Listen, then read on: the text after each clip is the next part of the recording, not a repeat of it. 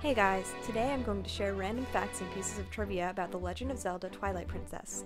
There are a lot of things to discuss about this game, so let's get right to it. Twilight Princess is the only game in the Legend of Zelda series to have received a T rating from the ESRB.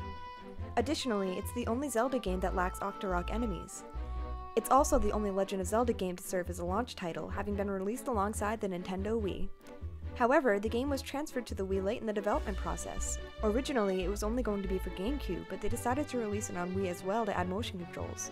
But when they ported it over, the development staff thought it felt strange to swing the Wii remote in the right hand to control the sword in Link's left hand. People who played the demo version complained of this too. Rather than reworking Link's character model in the Wii version, they flipped the entire game. So everything in the Wii version of Twilight Princess is a complete mirror of the GameCube version. That means that Link's dominant hand changes depending on which version of the game you're playing. But that's not all there is to say about Twilight Princess's development. Believe it or not, Twilight Princess was originally slated to be a sequel for Wind Waker. The working title of the game was The Wind Waker 2, and it was meant to use a similar graphical style. However, Nintendo of America told EAD that The Wind Waker had poor sales in the West because of its cartoony appearance. This worried the designers, so they instead aspired to create a realistic Zelda game that would appeal to the North American audience. This, of course, became Twilight Princess, but Twilight Princess still has items from Wind Waker in its data, and runs on a modified Wind Waker engine.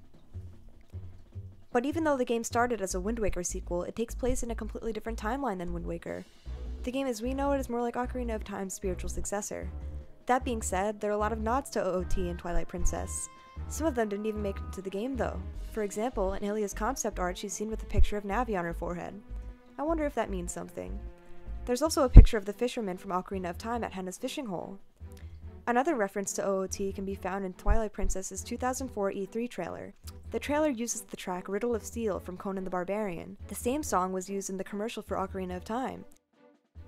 All the stone songs are from Ocarina of Time and Majora's Mask too. But since the game takes place centuries after OOT, Hyrule has changed rather drastically. For example, the Kokiri tribe seems to have disappeared. However, their symbol can still be found in the Forest Temple. The Temple of Time is gone too. The podium you take the Master Sword from is all that's confirmed to be left of it. But there's one very important character who returns from Ocarina of Time, and I'm not talking about Ganondorf. I'm talking about the hero of time himself. Hero Shade, the spirit who teaches you new skills, is the spirit of Link from Ocarina of Time and Majora's Mask. That being said, Twilight Princess marks the first time two Links have crossed paths and met. Also, in Hyrule Historia they say that the spirit of OOT Link laments not being regarded as a hero despite saving both Hyrule and Termina. He still feels bitter about this, even in the afterlife. So that's a thing. Going back to the game's development though, it's been said that they picked the graphical style of Twilight Princess to better fit the theme of an older Link. But if you look at the concept art for Twilight Princess Link, it seems like the staff had a hard time deciding on his age.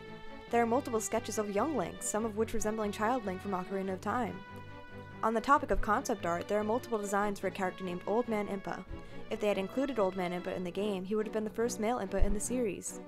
There are many other interesting pieces of concept art, including ones where Telma's cat is on Darbus' shoulder, implying that the cat played a role in his story at some point. And while we're talking about character designs, Perla was actually designed to be a realistic Tingle. But despite all this emphasis on realism, Twilight Princess originally included a magic meter.